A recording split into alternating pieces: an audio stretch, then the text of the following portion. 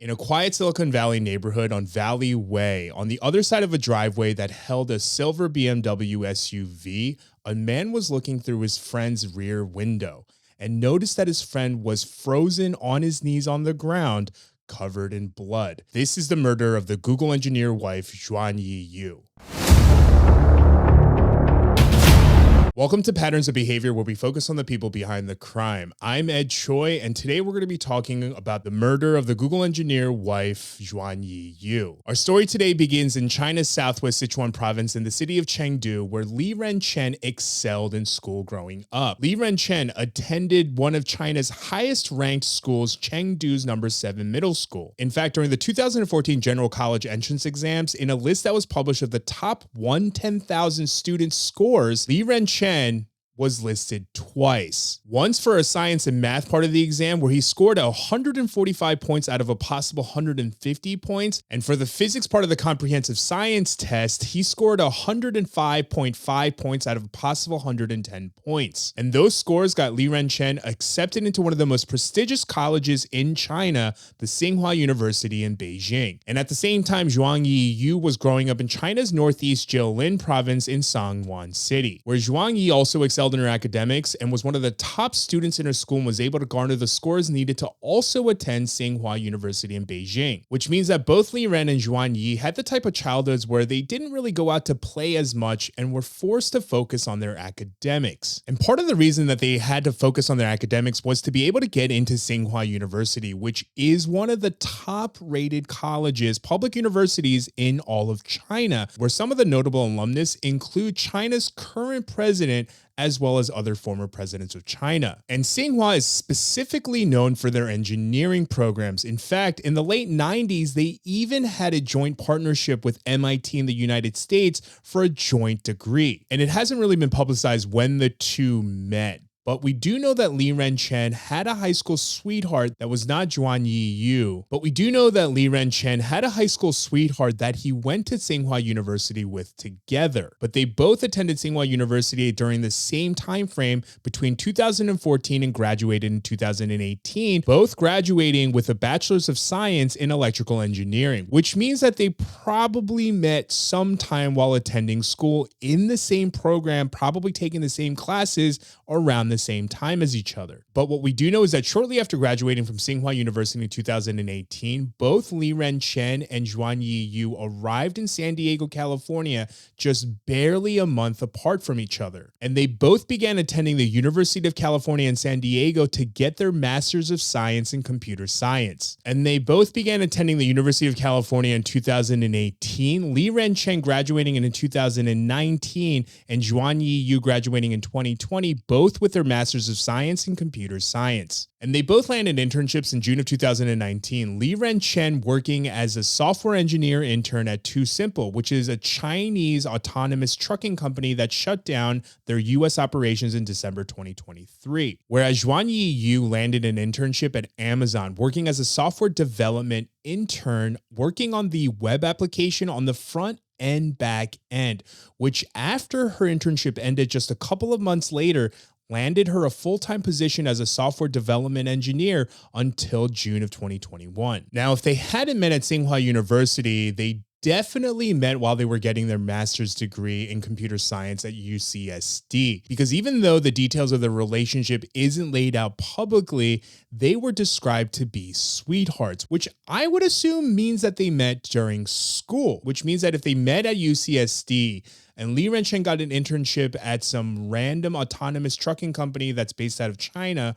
while his girlfriend Xuanyi Yu got an internship at Amazon, I'm assuming there was probably some healthy competition of, oh my God, I'm working for a Fortune 500 company and you're working for a possible robotics company. Now, after his internship ends at Too Simple at the end of 2019, just a couple of months later after getting his master's degree, Liren Chen landed a position at Google as a software engineer working on the YouTube Shorts recommendation algorithm, which means that he was the person working on the algorithm, which is the department that works on the algorithm that decides what to show you depending on what your interests are while you're scrolling through YouTube Shorts. And if Liren Chen was able to land a full-time position straight out of school at one of the biggest tech companies in the world at Google, then I'm assuming if they did have a healthy competition of who is a better software engineer, that Liren Chen was probably pretty proud of himself. And after working as a full-time software development engineer at Amazon straight out of her internship for just under a year and a half, Xuanyi Yu leaves her position at Amazon to accept a full-time position as a software engineer at Google in June of 2021, which means that in 2021, Xuanyi Yu and Liren Chen are essentially becoming somewhat of a tech power couple. They're both working at one of the largest tech companies in the world, a company that has a campus for their employees where you essentially don't even have to leave because you're able to take naps in between doing your work, go get food, get your laundry done, have your children looked after. I mean, literally everything that you need is on Google's campus because it's essentially a self-contained community. And both of them at just barely 24 years old at that point had achieved everything they had been working so hard for up until that point, focusing on their academics to get to the top tech company, making six figures straight out of school. And for the next couple of years, their life is everything that they had been dreaming about, to the point where in 2023 in April,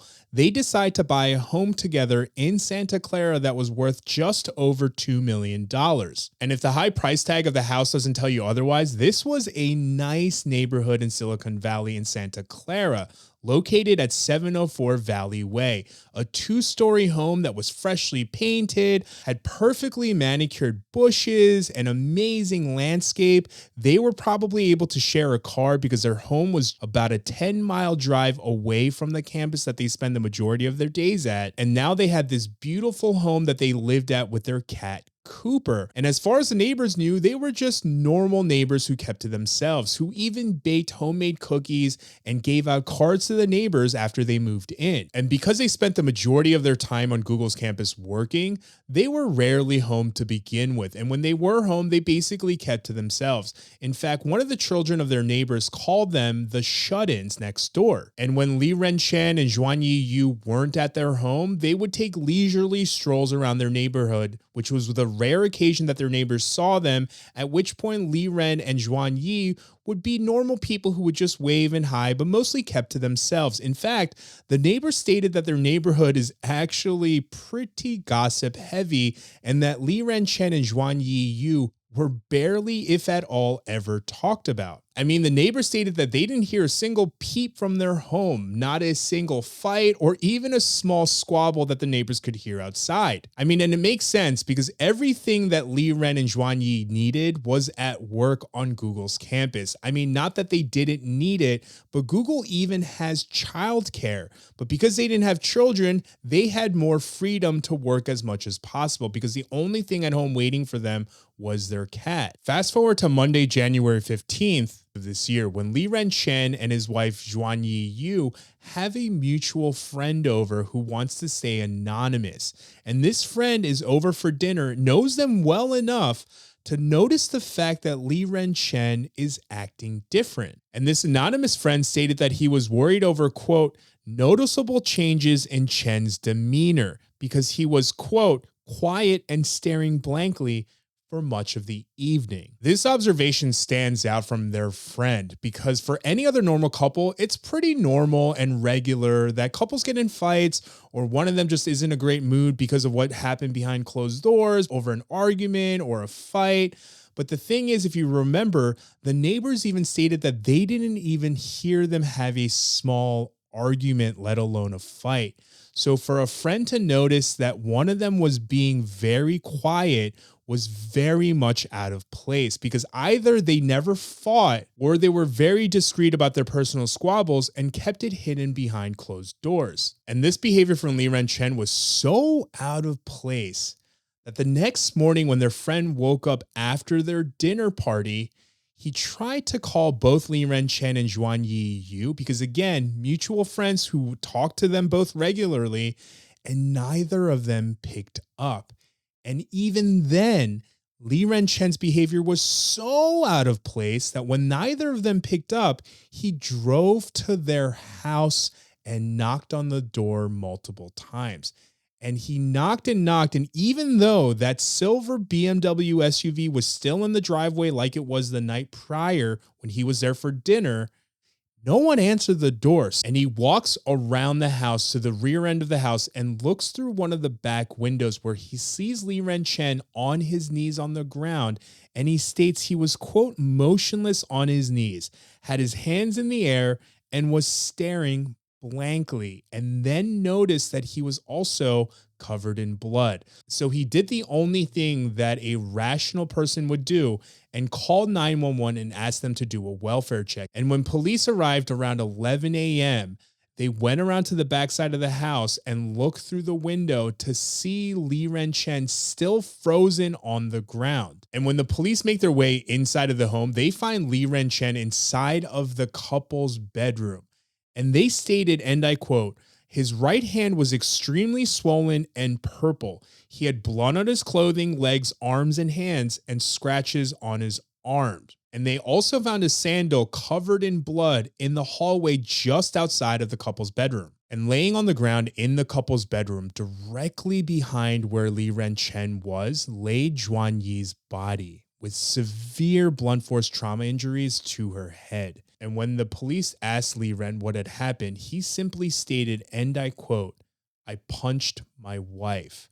And when they asked him when this happened, he said one word, yesterday. And police found no weapons inside of the home, which means that Liren Chen stood over his wife as she was fighting and clawing for her life and just continued to pummel her in the face until life left her body. I wonder what it was that made him snap, because it's really not easy and it takes a long time to punch someone to death, basically. So when the police arrested him and started interrogating him, he would not give them a reason as to what escalated that led to him murdering his wife. Because obviously this happened shortly after the dinner that they had with their friend over, which means that shortly after the friend left, whatever transpired began before the friend got there, because Liren Chen was clearly either perturbed or his mental state or whatever wasn't there. However, the friend being there for that long means that there was also some form of premeditation. Because typically when someone comes over for dinner, it's not like a 10-15 minute thing. Typically it lasts over an hour, if not 2+ hours. And that's a long time for someone to sit there stewing and stewing and stewing and then waiting for that person to leave so that they can act on their emotions. It must have been really off and really noticeable, because after a day or a night, or just even the next day, I wouldn't, if someone didn't pick up, my friend didn't pick up the phone, I would have think they're just busy. But he must have really caused them to have some sort of feeling inside. Well, I don't think it's necessarily the feelings, but it probably was just a mixture of all of Liren Chen's actions, between the fact that he was stoic during dinner, which means that at the very least on a normal occasion, he was at least personable enough that he was having conversation and wouldn't sit there just blankly staring off into nothing, not engaging, essentially just ignoring their guests, being rude for the most part. And if their friend was getting worried because they didn't answer their phones, that also means that no matter how busy they were, Liren Chen and Xuanyi Yu probably were pretty responsive. Whether it was, hey, we can't pick up the phone right now, we're busy, or whatever it may be. But I'm assuming because they worked at Google and because they didn't have many friends that were their neighbors, I'm assuming that this person was probably one of their coworkers who probably knew their schedule a little bit better than other people who didn't work at Google or in the tech industry. So I think it was a culmination of all the different patterns of behavior that Liren Chen normally exhibited that made the friend go, something is very off. Because the friend stated that he was blankly staring off into space. But for some people, that's a normal pattern of behavior. So yeah, either it was very off for Liren Chen to be so stoic, at least in the company of guests, or this is a really good friend with really good intuition who has strong follow through as well, or a mixture of both. Yeah, maybe they talked regularly, constantly, and yeah. Yeah, I mean, for this friend to be able to call both the husband and the wife, I'm assuming they were very close friends, which is also another reason why I believe it could possibly be a coworker. Because how else, for two people who are workaholics because they work in the tech industry, how else would you be able to become friends with both the husband and wife simultaneously, essentially? You know what I mean? And after being arrested for the potential murder of his wife on January 16th, until February 6th, Liren Chen was actually not held at a jail or prison, but was instead hospitalized, where he even missed 5 of his scheduled arraignments. In fact, in his most recent court appearance, Liren Chen arrived wearing a white helmet, signifying that he might be having suicidal ideations, which means that we're not sure if Liren Chen's legal team is trying to push a insanity case. But what we do know is that domestic violence is higher amongst immigrants because of the higher number of barriers, oftentimes because the victims are culturally and socially isolated, oftentimes added on with the language barrier. And with those power imbalances, it oftentimes makes it harder for the victims to leave or ask for help. In fact, the Asian Pacific Institute on Gender-Based Violence stated that it's actually not uncommon in these situations that you may, quote, have a very, very controlling behavior, and it actually doesn't show up as physical violence, but when someone's decided, I'm done with this, the ultimate act of control is to kill them, which is also exasperated by the fact that in many Asian societies, domestic violence is looked at as a private family matter instead of a criminal matter. And even though tech companies offer mental health resources, especially because they work in such a high stress environment with long hours, 30% of these tech workers do not utilize this resource, the majority of them being immigrants, because a lot of them who have different ideals of privacy and fear that if they tell their problems to a psychologist, that their problems will leak out to the public, and they're afraid of being judged and ultimately losing their job when their company finds out. And even though we don't know what the motivation was for Liren Chen to brutally murder his wife in cold blood with his hands, and although it cannot be confirmed by Google for privacy reasons, there are some rumblings that either Liren Chen and or Xuanyi Yu were on the layoff chopping block, as a lot of tech workers have been getting laid off over the last couple of months, and that if that is what was about to happen, that Liren Chen might have been under stress from possibly having either himself and or his partner lose their job and their only sources of income after they had just bought this $2 million home. And obviously, that isn't a reason for someone to kill somebody. And even though many of us would think that that's not a reason to get so stressed out to the point that you kill your wife over it, I believe that Liren Chen's whole life might paint a picture that the majority of us are not privy to. Because as parents know, it's extremely important to raise a well-balanced kid. And unfortunately, a lot of parents who push academics as the priority in their kids' lives didn't actually give them a chance for their child to be well-rounded. They're told not to worry about anything. They're oftentimes coddled and told that just focusing on your academics and getting good grades is the only thing that's important. And from the ages of about 5, 6 years old, if not even before that, up until after you graduate college, so well into your early 20s as an adult, these people are oftentimes told not to worry about anything else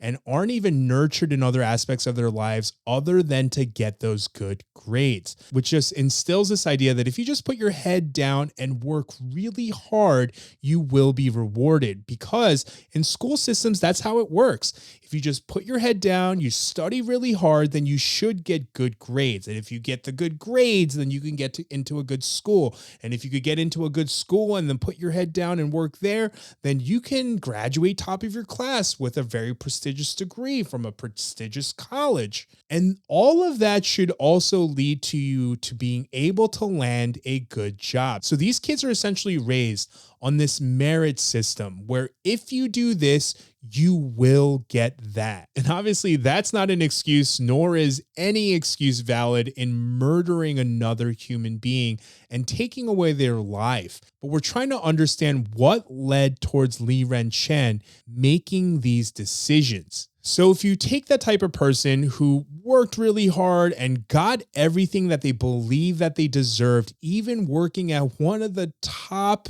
tech companies in the world that is so prestigious and such a status maker for people, specifically in Asian families, where their parents can say, look what my child did. Remember my child who worked so hard, was one of the top percent of students while he was going to school, who went to this prestigious university. Well, guess what? Now he just bought this multi-million-dollar home working for one of the largest tech companies in the world. So it's a very prestigious thing to do. And for that person who has gotten everything that they believe that they deserve just because they worked hard and just because they were smart, if now we don't know if this is what actually happened, but if he did get laid off, I would assume that type of person, their whole world is getting flipped upside down. And now that, coupled with the fact that as far as we know, he did not utilize any mental health services, which anyone who has ever gone to therapy before knows that the sole purpose of therapy, other than digging through past trauma, is learning how to emotionally process the stress, the traumas, all of the things that you go through in life that weighs you down mentally and physically, exhausts you.